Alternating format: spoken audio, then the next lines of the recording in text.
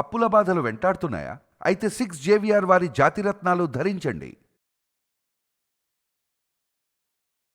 Welcome back to మనం TV.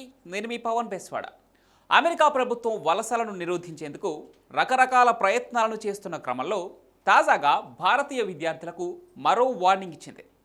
చదువుకోవడానికి America వచ్చిన విద్యార్థులు విద్యా సంస్థల అనుమతి లేకుండా క్లాసులు ఎగ్గొడితే ఖచ్చితంగా వీసా రద్దు చేస్తామని ప్రకటించింది.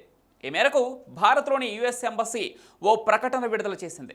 యూనివర్సిటీ ముందస్తు సమాచారం లేకుండా క్లాసులు ఎగ్గొట్టినా, డ్రాప్ అవుట్ అయినా చదువును మధ్యలోనే ముగించడం చేస్తే సదరు విద్యార్థుల వీసాలను రద్దు చేయడమే కాకుండా భవిష్యత్తులో అమెరికా వీసాకు దరఖాస్తు చేసుకునే అర్హత కోల్పోవాల్సిన పరిస్థితి ఉంటుందని యుఎస్ ఎంబసీ హెచ్చరించింది.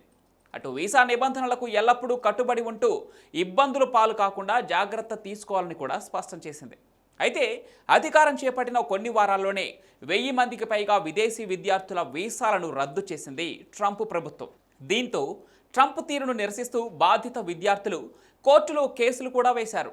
వీసాల రద్దులో ట్రంప్ సర్కార్ సరైన చర్యలు తీసుకోవట్లేదని, వీసాలను రద్దు చేయడానికి వారి వద్ద సరైన కారణాలు కూడా లేవని తెలిపారు. కాగా ఇందులో ఎక్కువ మంది భారతీయ విద్యార్థులే ఉండటం గమనార్హం.